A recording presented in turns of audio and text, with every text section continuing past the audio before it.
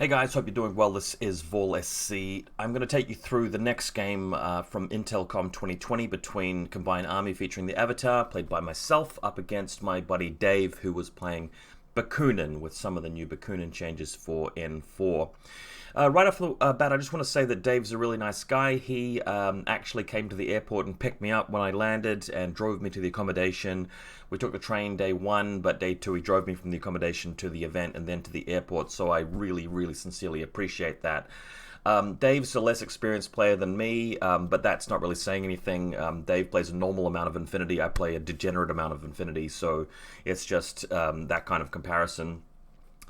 But we'll have a look at his list. I can't remember everything that was in his list. There may be a couple of things that remained in closed information at the end of the game that I didn't really know about.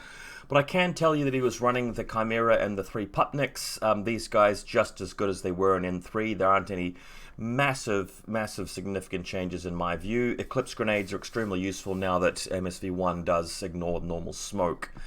Taskmaster Red Fury, he definitely had one of those. Crazy Koalas now I believe have to be deployed, so that's a bit of a change. He does have a fireball with a firewall, not a fireball. Evercenter in the Link team to do some repairing. Definitely had a missile launcher Riot Girl, pretty solid. Again, MSV1 has been buffed, so her being in the Link is even better than before, so my appreciation of Riot Girls is more than what it was in N3. As for the other parts of the Link, I don't know what the profiles were. I think he had the big firewalls -6, and I don't know whether there was a specialist Riot Girl. I vaguely remember something about a Blitzen, but his actual Link team was probably slightly different than that. But I do remember 3 Riot Girls, Avicenna, and the Taskmaster definitely in there. He did take 2 Transconductors ons. Obviously, these things are better than ever. There were a couple of zeros in this list. One of them may have been a killer hacker rather than a regular hacker. I'm not too sure if it was a forward observer, but I do remember them both having shock mines, and that's what the profiles have here. There was one Morlock, there was a Clockmaker, and there was a Zonbot, but for the rest of the list I can't quite remember, and again, haven't really studied Bakunin in N4 well enough to give you guys a really good explanation of whether they are really powerful or not. I do see that they can take this Wolfgang Amadeus guy, who I think is pretty good. He's a wild card even in Bakunin, so yeah, I would probably run him. Just the abilities he's got seem really solid. It's good to have something in your army that's a close combat specialist, because if they get something onto your side of the line, like a Norkius or Liang Kai or something that's just going to carve up if it continually dodges into close combat with you, sometimes it's good to have a close combat monster of your own, so that once you've tied them up with something, you move Wolfgang or whoever it is into close combat and get that burst bonus and neutralize that threat. So let's go to the game. This is round 2 of the tournament, and it will be on the mission Decapitation, and I will be running the Avatar list for this, just because when you're running the Avatar, you normally want to keep him alive anyway, and I felt that with the Alpha Strike, I could probably cripple him with Kodali.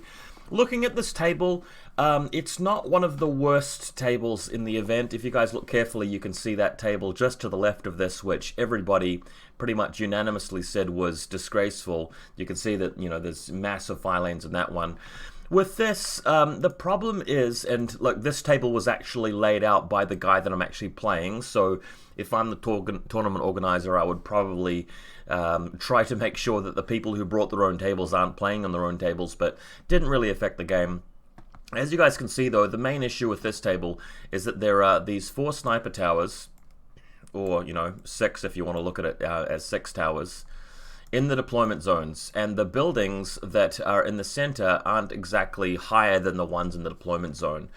I pointed this out and I said, look, if you want to make better tables, it's better to stagger the buildings out rather than putting them in a grid. Otherwise, you have this building here, which can see the rooftops of the other 3 buildings and down on the streets, and importantly, onto any objective markers that are out in the middle. Not that that matters for decapitation, but it does become relevant for the HVTs. So, although it looks aesthetically pleasing to have a road there, it's really not the right way to go. If I just stop this for a second, let's go to, let's just see if we can edit it. Let's just edit. No, let's not do that. Let's just come down here, and I'll find my picture, and I'll edit.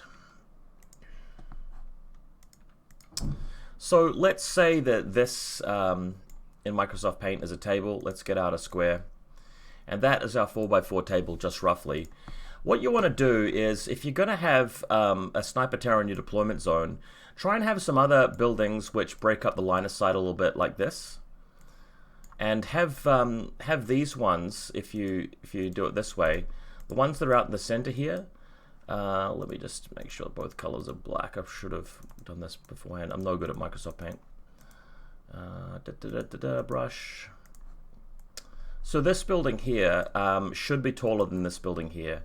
And if you have other buildings that are in the center, the taller part should be here, so that your fire lane, sure, you can go from there to there and you can go from there to there, but you've got an area of the battlefield which is kind of like blocked to your line of sight. So this that I'm coloring in red, this is basically in the shadow of these two buildings, and if you're putting your sniper on top of that building, there's a section of the battlefield that you can't see. So that's the point that I'm trying to make here. Whereas you go to this table we're about to play on, not really the case. Some of these sniper towers give you a view of like 50 to 60% of the surface area of the table, which is not really ideal. I hope you guys are with me on that one, because generally I hear a lot of people say that they don't like playing games of Infinity where it's just like you're forced to deal with the sniper or missile launcher that your opponent puts on the table. You don't have many ways around it or ways of approaching it, and that can be a problem. Okay, so I'm taking the first turn, something you want to do in Decapitation. So here's the setup. I've got the R drone towards the left here, just covering this alleyway around the side. Noctifer on the big sniper tower, deployed a marker state because I want his additional order. Shrouded Fort Observer up here, the Caliban's up here. Remember, there's a 16-inch deployment zone, so you can actually go further up. The Caliban's there because he's the engineer, and I can put the avatar behind this building and shoot up that direction or this direction, depending on where he puts his stuff. Imatron at the back, and Icadron at the back as well. We've got the Liberto here with a mine on either side of this designated target. At some point I'm going to try and sink civilian with the designated target and bring him around the back to safety. So that's the setup, and reserve troopers come later. This army is extremely quick to set up, which can be a really good benefit in a tournament situation. So a bit of a zoomed out look at the backfields, and then a closer look overlooking my Noctifer, Caliban on the right, Shrouded at the bottom, and Liberto on the left. Alright, my opponent, this is his left flank, putting a transductor up the top, one down the bottom. This is, I believe, just a regular hacker, something like that. So that may have been the model missing in the Bakunin list we talked about earlier. Let's just quickly go to moderators. I think there was just a plain old moderator hacker there, which does seem to make up the points, and maybe has something like a salute that would take him up to 300. So it was probably something similar to that. This model out the top left is his HVT. Just above their position, so this photo is just to the right of that. Clockmaker on the top, Morlock behind this billboard in the center, and then on this building on his right-hand side, he's got the Riot Girl missile launcher standing up top behind the wall, and then inside that building, directly below her position, if you can imagine the Riot Girl being basically a level up on that X. We've got the Taskmaster here. This is Avicenna, I believe. This is his moderator lieutenant. You have to tell your opponent who the lieutenant is in the scenario. And these people here are Riot Girls or moderators, as far as I can remember, without packing the big guns. So, Reserve Trooper Avatar coming in the midfield next to the Caliban, like I mentioned. He is in direct line of sight of that Riot Girl missile launcher. So I'll have to actually move the Caliban out of the way to avoid being splashed. That's a mistake from me. But the Avatar is more likely to win against the missile launcher Riot Girl, so that will give me a chance to knock her down and force him to spend orders reviving her with Avicenna. Assuming she goes unconscious, Avatar could potentially just wipe her out. Speculo, I'm deploying the Speculo not in marker state, and the reason I'm doing that is because I've got first turn, his HVT is right there, and by deploying without using the impersonation marker state, just the deployment ability, I can declare that my Speculo will be the data tracker, allowing me to basically flip a whole bunch of objective points my way in basically turn one.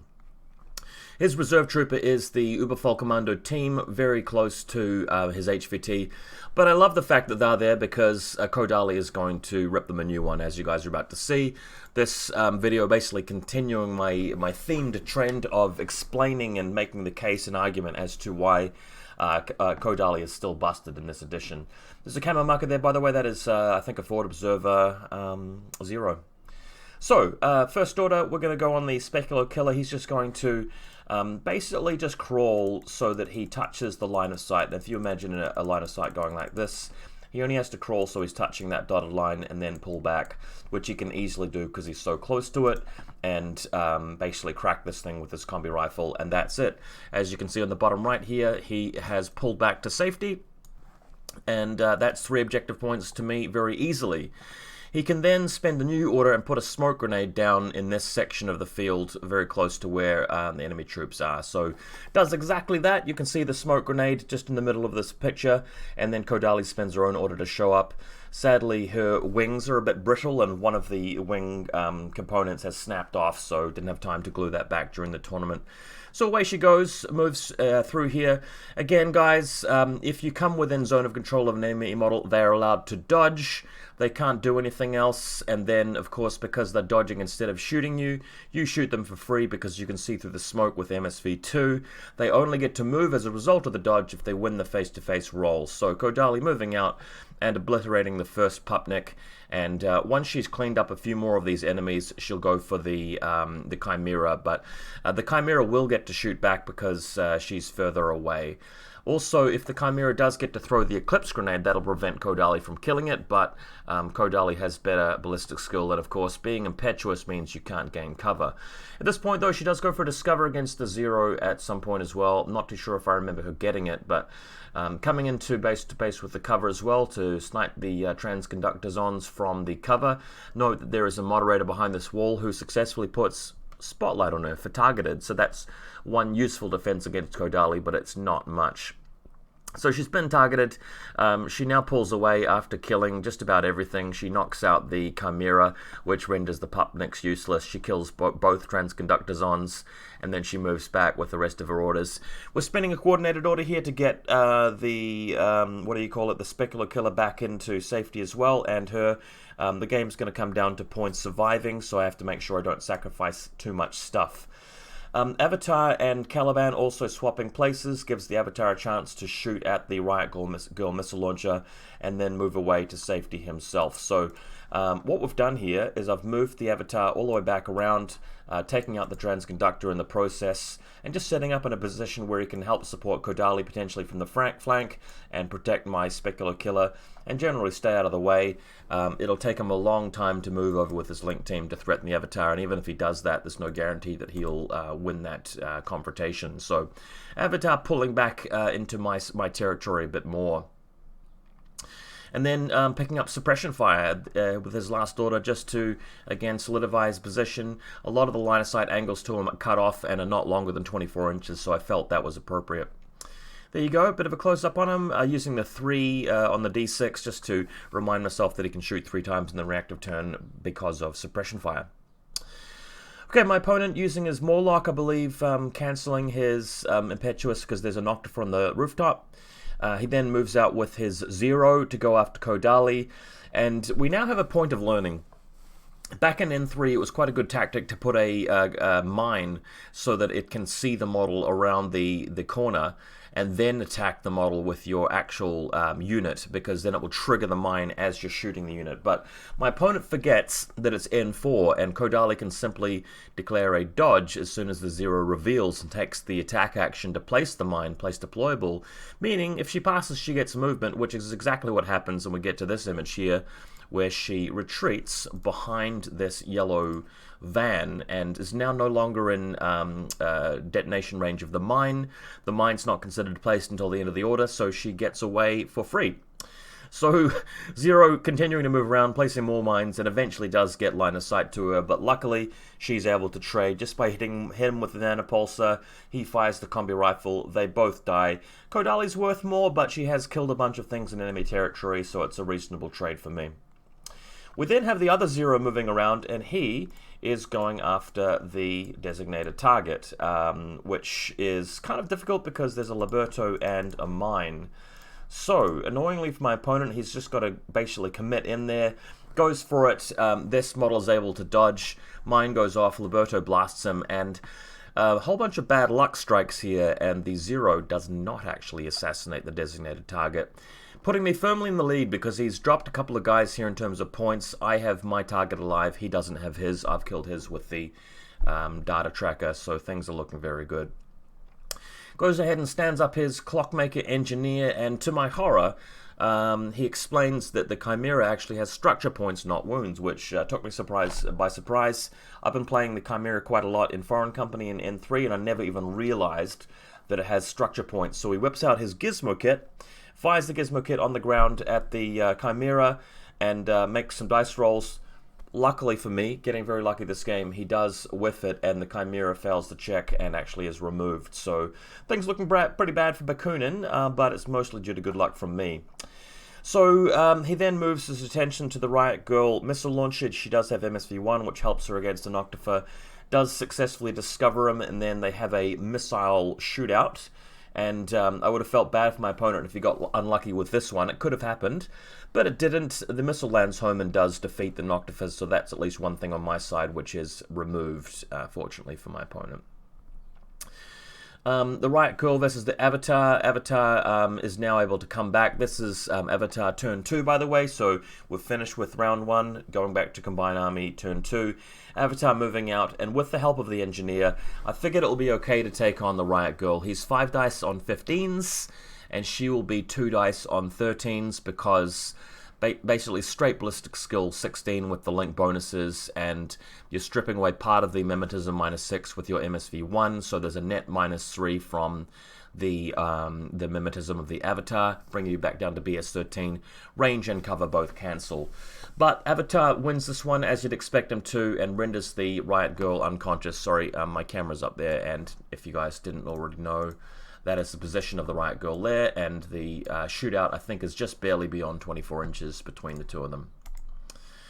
Moving on, Avatar now goes for the play here, which is to move over and basically pick up this this designated target by using a synchronized civilian, and then he's going to retreat and move back all the way behind enemy line, behind safety's lines, I should say, past the Shrouded, and we're just going to set up right at the back of the table here, where we can protect our HVT.